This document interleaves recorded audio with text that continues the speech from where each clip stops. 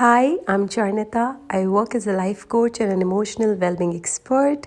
In today's video, I'll be sharing with you one extremely powerful tool that has helped me and thousands of others into gaining more clarity, more resilience, more integrity, and an overall heightened sense of connection with life. All of us have this voice inside of our minds, which basically is our self-talk. Wherever we are 24/7 in our waking hours, there is something that is evaluating, understanding, estimating the reality outside of us. This mind chatter is almost an integral part of our identity. And sometimes you might find it positive, sometimes pessimistic, sometimes realistic, sometimes idealistic. And so there are these different flavors to our internal narrative. So think about it like this.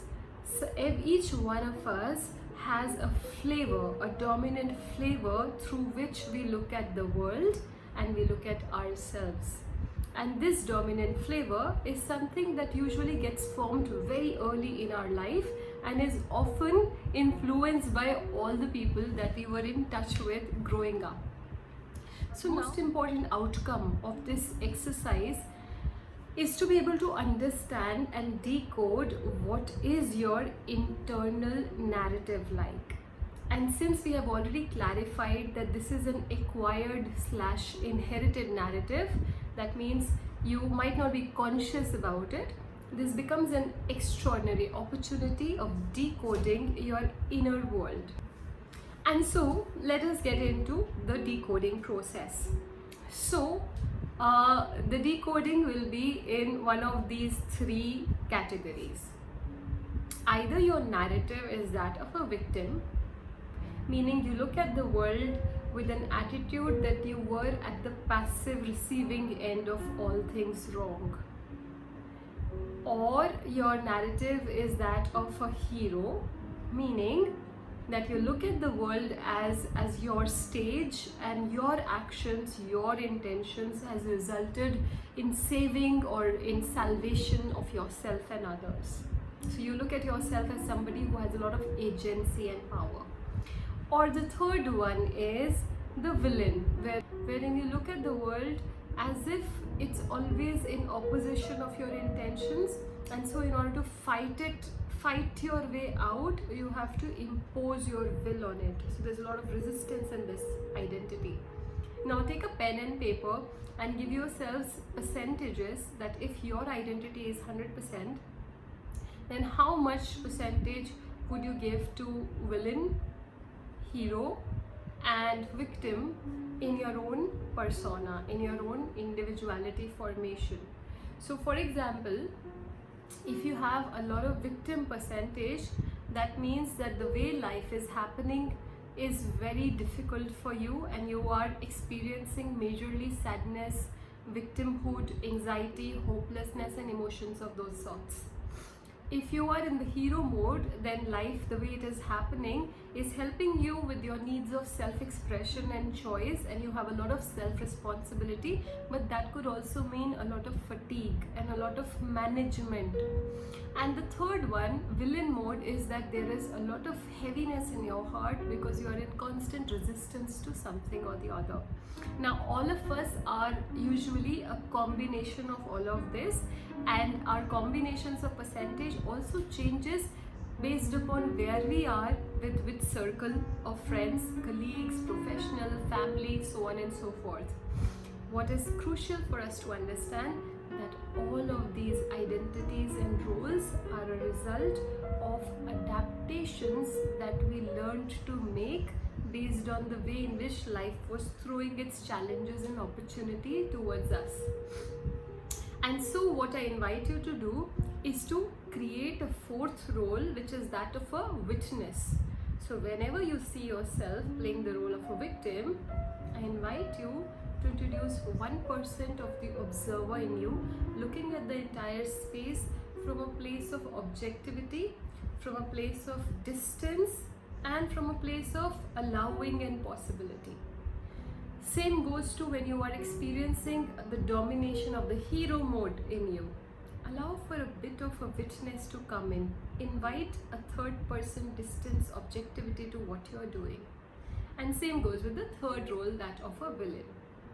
So as you will cultivate this witness mode inside of you, what you will see is that there will be a space of possibilities that will open up.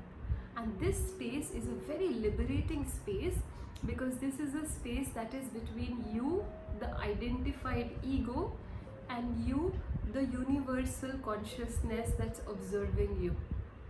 And this is a space where there will be amusement, lightheartedness, playfulness, joy that is unconditional.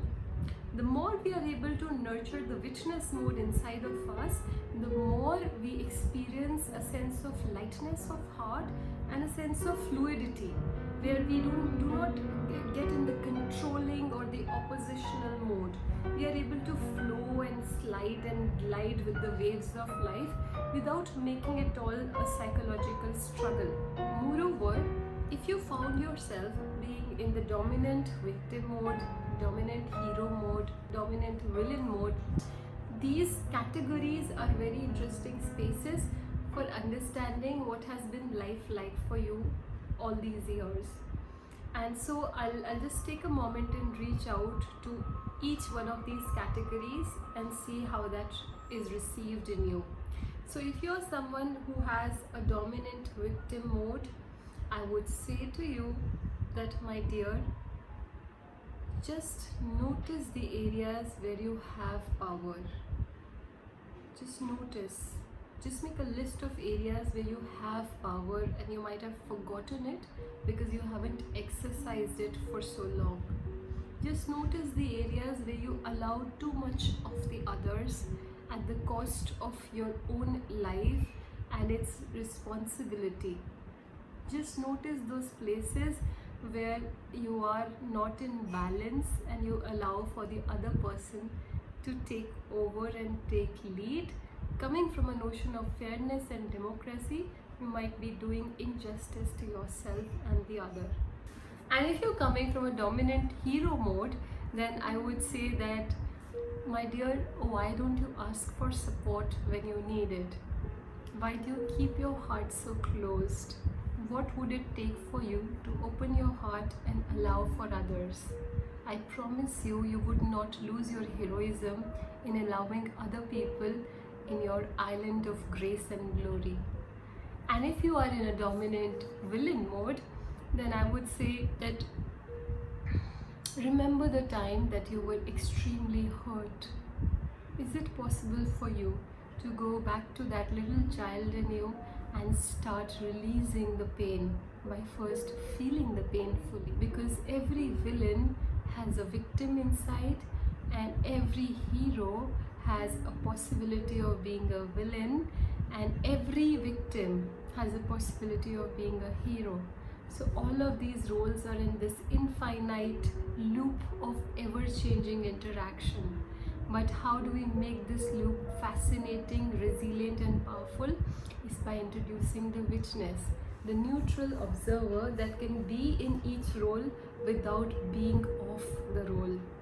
And that is my aspiration for you, that truth. And that is my aspiration for you, that after watching this video and doing the little exercise of being more aware of how you play out your identity, you'll be able to make choices that come from that space of objectivity, wholeness and equidistance from all of these roles. The intention of this video was to add into your well-being. I'll see you next time.